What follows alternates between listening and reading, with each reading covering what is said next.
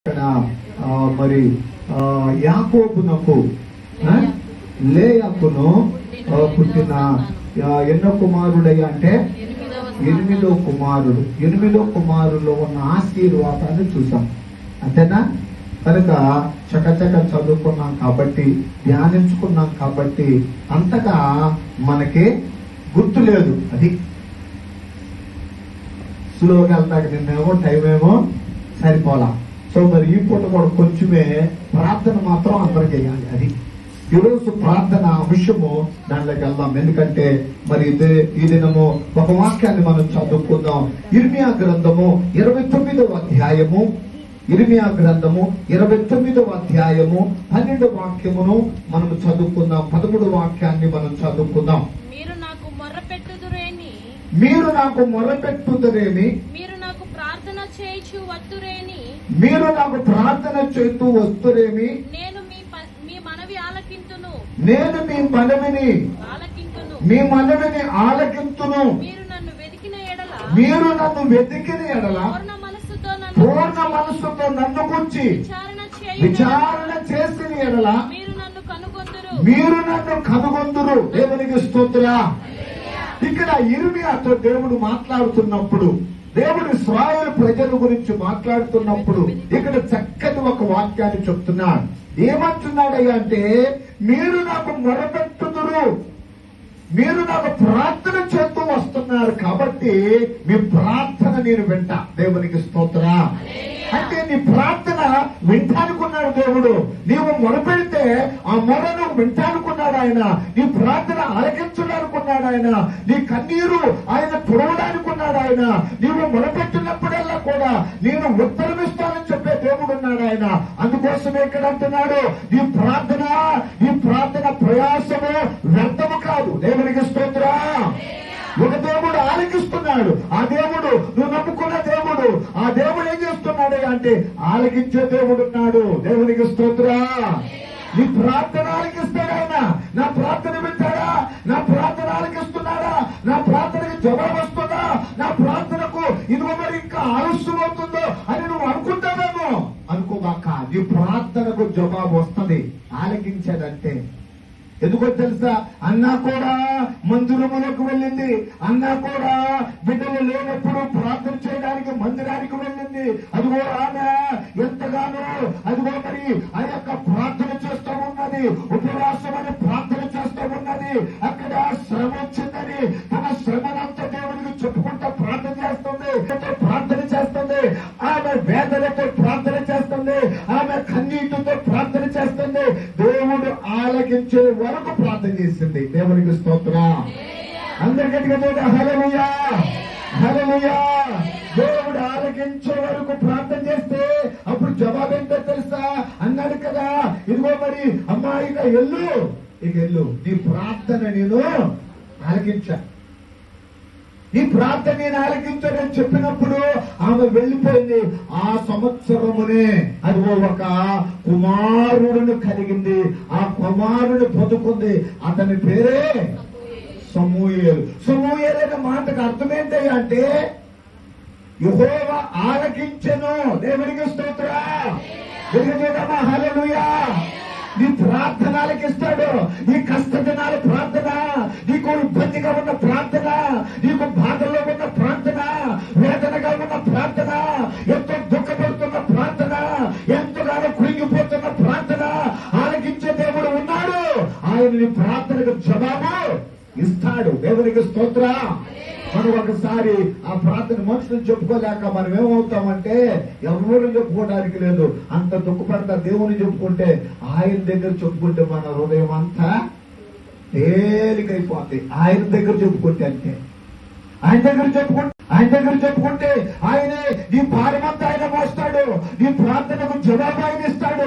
అందుకోసం ఇక్కడ అంటున్నాడు కదా, మరి మీరు నాకు మొరపెడుతూ వస్తున్నారు కదా, ప్రార్థన చేస్తూ వస్తున్నారు కదా, మీ ప్రార్థన నేను ఆలకింతును. తర్వాత అంటాడు కదా, మీరు నన్ను వెతికిన ఎడల పూర్ణ మనస్సుతోను నన్ను గురించి విచారణ చేసిన ఎడల అది దేవుణ్ణి కనుగొనాలి. దేవుడు కావాలది. మనుషులకి లోకములో ఎవరు కావాలయ్యా అంటే ఇదిగో దేవునితో పల్లె తీయాలా. ఇవాళ మనుషులు ఉద్యోగాన్ని చూస్తున్నారు, వ్యాపారం చూస్తున్నారు, ఒక ధనాన్ని చూస్తున్నారు, ఆస్తిని చూస్తున్నారు, అంతస్తులు చూస్తున్నారు, పేరును చూస్తున్నారు, ఒక స్థితి ఉంటే చాలనుకుంటున్నారే కానీ దేవుని ఎదుగు వారు లేరు. బైబిల్ అంటాడు కదా, దేవుని ఎదుగు వారు కలరేమో అని ఆకాశము నుండి ఆయన కనులారా చూస్తున్నాడు. దేవునికి స్తోత్రం. దేవుడికి ఎవరు కావాలి? దేవుని ఎదుకే వారు కావాలి. ఆయన నాకు కావాలి, ఆయన బిడ్డలకు కావాలి, ఆయన భర్తకు కావాలి, ఆయన భార్యకు కావాలి, ఆయన కుటుంబానికి కావాలి. ఆయన ఉంటే నాకు చాలు అన్నటువంటి వారు కావాలి ఆయన దగ్గర. దేవునికి స్తోత్రం. అందుకోసం అంటున్నాడు ఇర్మియాతో, ఇదిగో నన్ను గురించి విచారిస్తున్నారు కదా, నన్ను వెతుకుతున్నారు కదా, కాబట్టి అంటున్నారు కదా, నన్ను గురించి మీరు విచారిస్తున్నారు కదా, అందుకోసమే ఇప్పుడు ఏమంటున్నానయ్యా అంటే మీరు నన్ను కనుగొంటాను. మీరేం చేస్తారయ్యా అంటే నన్ను కనుగొంటాను. దేవుని కనుగొనాలంటే సామాన్యమైంది కాదండి. ఎందుకయ్యా అంటే ఈ యొక్క మరి అన్ని రకాలైనటువంటి మరి వ్రతాలు, యాత్రలు ఇవన్నీ చేస్తున్నంటే దేవుడు కనబడాలని. కానీ దేవుడు ఏమన్నాడంటే మీరు నన్ను వెతికితే చాలు, నేను మీకు కనబడతా. దేవునికి స్తోత్రం. హల్లెలూయా. నేను మీకు కనబడతాను, నేను మీ మధ్యలోకి దిగి వస్తాను, నేను మిమ్మల్ని ఆదుకుంటాను, నేను మిమ్మల్ని బలపరుస్తాను. దేవుని మాట అది. దేవుడి రాత్రి కాలంలో అంటున్నాడు కదా. అందుకోసమే మన యెషయా గ్రంథము 55వ అధ్యాయము 6వ వచనములు అంటాడు కదా. ఒక మాట చదువుకుందాం. యెహోవా మీకు దొరుకు కాలమునందు ఆయనను వెతుకుడి, ఆయన సమీపములో ఉండగా, ఆయన సమీపములో ఉండగానే ఆయనను వేడుకొనుడి. దేవునికి స్తోత్రం చేద్దాం. హల్లెలూయా. అక్కడ మనము వెతకాలి, తరువాత మనం ఏం చేయాలంట? వేడుకోవాలి. అది దేవుడు కనపడగానే, దేవుడి సన్నిధి కనపడగానే, దేవుని సన్నిధి రాగానే, దేవుడి సన్నిధిలో ఉండగానే మనం ఏం చేయాలంటే దేవుణ్ణి వేడుకోవాలి. అయ్యా నన్ను చూడయ్యా, నా కుటుంబాన్ని చూడయ్యా. ఎవరు ఎంత ప్రార్థన అది నువ్వు చేస్తావో అది మీ జీవితంలో ఈ యొక్క నెలలో కనబడకపోవచ్చు, ఒక 2 నెలల్లో కనబడకపోవచ్చు, ఒక సంవత్సరంలో కనబడకపోవచ్చు. ఎప్పటికైనా ఆ ప్రార్థన ఫలితాన్ని ఖచ్చితంగా చూడగలుగుతాం. దేవునికి స్తోత్రం. హల్లెలూయా. ఎందుకంటే ప్రార్థన దేవుడిస్తాడు. అది నీ ప్రార్థన దేవుడు ఆలకిస్తాడు. ఆయన బలహీనులను దేవుడు ఏం చేస్తాడయ్యా అంటే బలపరుస్తాడు. అందుకోసం దేవుని ఏం చేయాలంటే మనం వేడుకోవాలి, ప్రభువుని అడగాలి. ఇక్కడ అలాగా అడుగుతూ ఉంటే దేవుడు ఎంతగానో సహాయము చేస్తాడు. అదే మాట ఇక్కడ హోషేయ గ్రంథములో కూడా ఇదిగో మరి 3వ అధ్యాయం 5వ వచనములో ఒక మాట అంటున్నాడు. హోషేయ గ్రంథము ఇశ్రాయేలీయులు తిరిగి వచ్చి తమ దేవుడని యెహోవా యొద్దను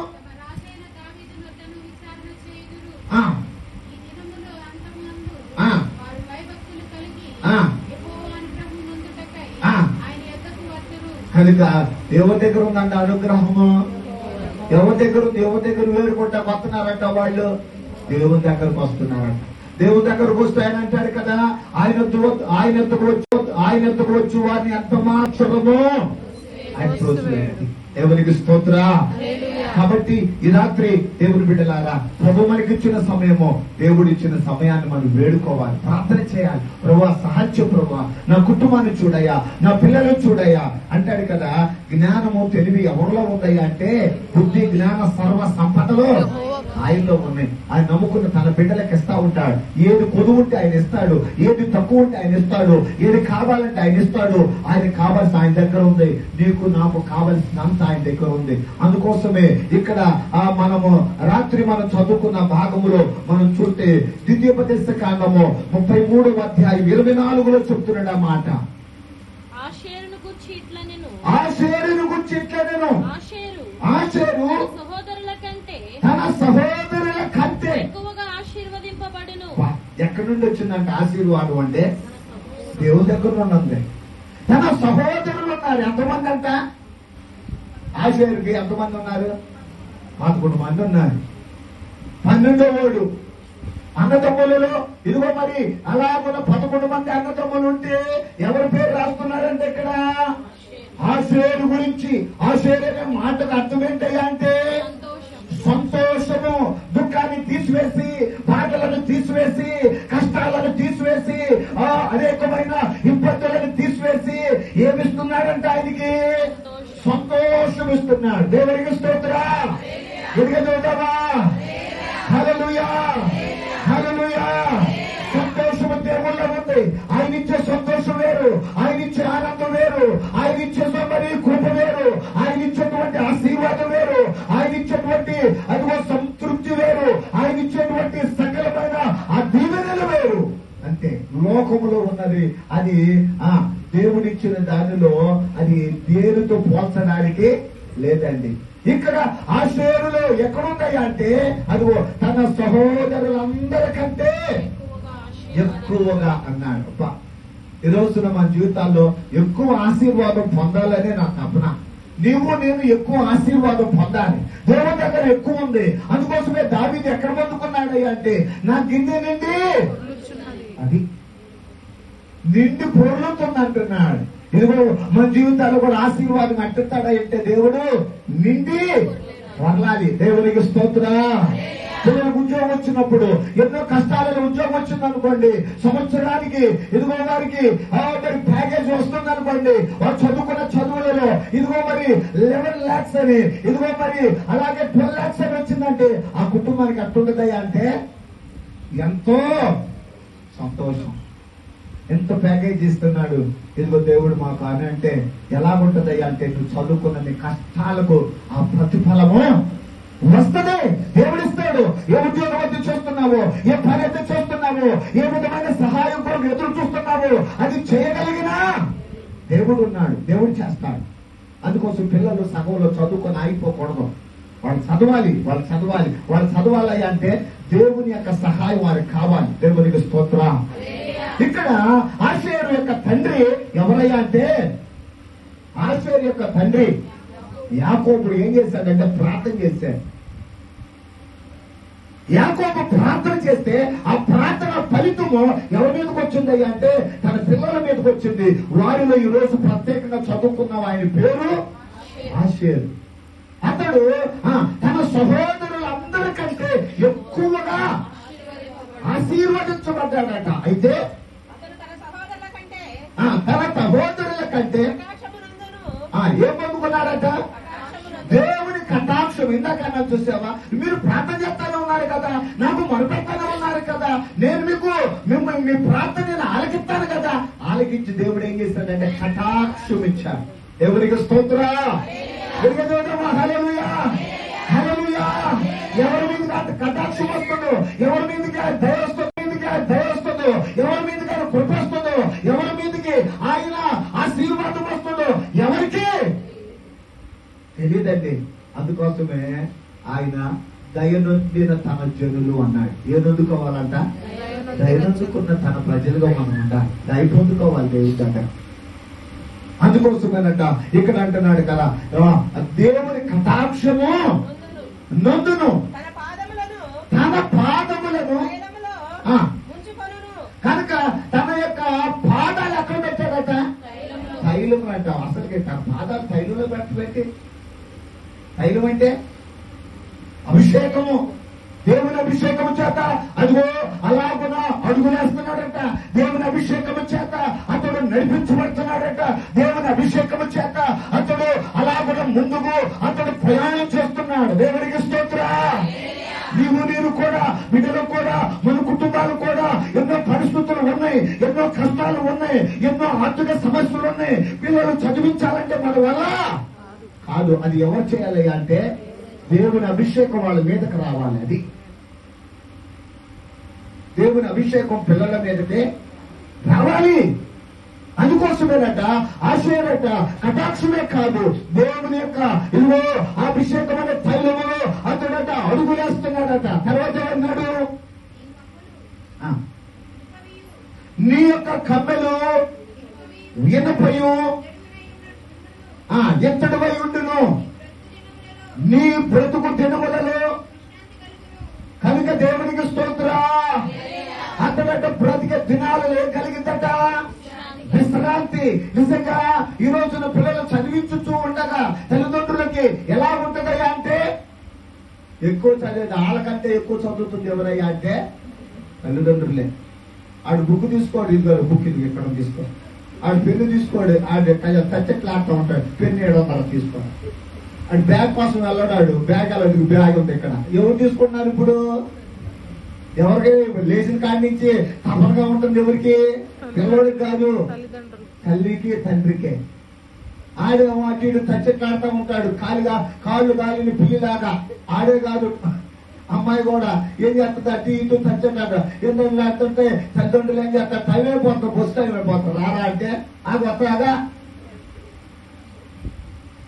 అంటే ఎవరికంటే వీళ్ళకి టెన్షన్ వస్తుంది.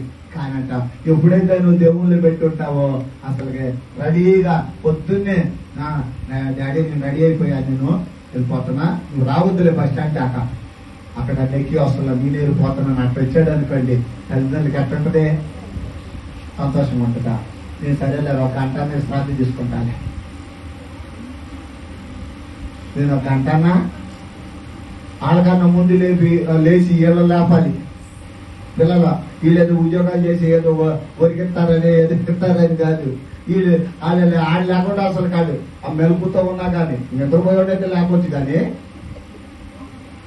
నిద్ర రాకుండా స్కూల్ టైం అవుతుందని నటిస్తుంటే మనల్ని లేపుతావాడు. ఇంకా టైం ఉందిలే, ఇంకా టైం. మా వాడు కూడా 8 గంటలకు 8ంటికి అక్కడైతే ఇక్కడికి 7:30కు రెడీ అవుతాడు. అంటే 8 గంటలకు తీసుకెళ్ళాలి నేను ఆడికి, పెళ్ళకి దాటి స్పీడ్ మ్యాజిక్ దగ్గరికి అరగంట ఆడ రెడీ అయ్యేసరికి 1 గంట పట్టింది అనుకో, 1 గంట తీసుకెళ్ళాలి. ఈ మధ్యలో పళ్ళు, ఈ మధ్యలో ఏంటంటే ఇది ట్రాఫిక్ జామ్ అవుతుంది కదా, మళ్ళీ సిగ్నల్స్ పడతాయి కదా, ఈ దూసుకుంటా వెళ్ళాలి. నేను 1 గంటలు తీసుకుని వదిలిపెట్టి వచ్చేవాడిని. ఆడిగా ఎమ కూర్చుంటాడు ఆడు. అలాగా ఏముంటుంది అంటే ఫుల్ టెన్షన్తో ఉంటుంది. అలాగా ఆశయాలు అంత టెన్షన్ లేదంట. ఎలాగున్నాడయ్యా అంటే విశ్రాంతి తీసుకుంటే నా దేవుడే ఉన్నాడు, నా పిల్లలందరినీ ఆయనే లేపుతాడు, బలపరుస్తాడు, సహాయం చేస్తాడు. ఎవరికి స్తోత్రం. హల్లెలూయా, హల్లెలూయా. ఎందుకయ్యా అంటే నిన్న ఏదంటే ఆర్సీబీయా అది అసలు గెలిచిందో లేదో, అసలు పిల్లలందరూ పోగోయారు 2 నిమిషాలు అక్కడికి. 18 సంవత్సరాల తర్వాత గెలిచిందంట కప్పు అని అనిపించింది నాకు. 18 సంవత్సరాల తర్వాత కప్పు. అది క్రికెట్ కావచ్చు, కానీ మానవుని జీవితాల్లో, నా జీవితంలో నమ్ముకున్న దేవుడు గెలిపించడానికి ఒక రోజు ఉందని గుర్తించాను. చప్పట్లు కొట్టి ప్రభు నామమున. ఇప్పుడు ఓడిపోయి ఉండొచ్చు, ఇప్పుడు గెలవడానికి పరుగు రంగంలో ఉండొచ్చు, ఇప్పుడు పరుగెత్తుతూ ఉండొచ్చు, కానీ గెలిపించేది ఎవరో తెలుసా? వాళ్ళకి 18 సంవత్సరాలు పట్టొచ్చాము, మనకి మన జీవితాలలో ఈ సంవత్సర కాలంలో మీకు గెలిపి వచ్చాము. దేవుడు ఆయనకు అసాధ్యమైనది లేదండి. కాబట్టి మనం దేవుని కలిగి ఉన్నాం. ఆ దేవుడు మనల్ని ఏం చేస్తాడయ్యా అంటే నడిపిస్తా. ఆఖరి వచ్చినాన్ని మనం చదువుకొని ముందుకు వెళ్ళిపోతాం. అందుకోసం ఇక్కడ అంతే కదా, ఈ యొక్క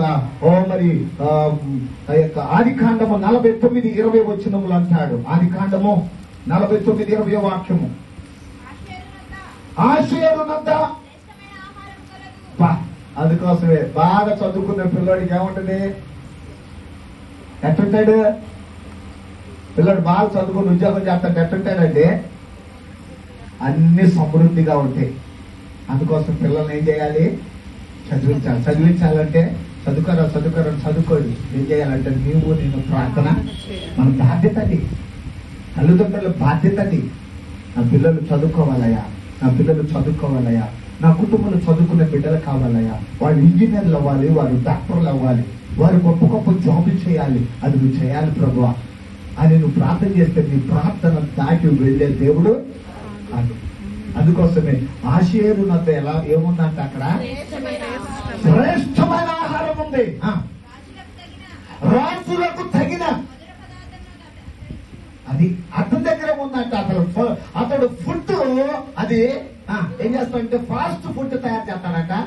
ఇప్పుడు మనకు రోడ్డు ఏమంటాడు చూడు, ఆ ఫుడ్ కాదు, రాజులకు తగినటువంటి ఫుడ్ అట. అది శ్రేష్టమైనటువంటిది అతని దగ్గర ఉన్నాక.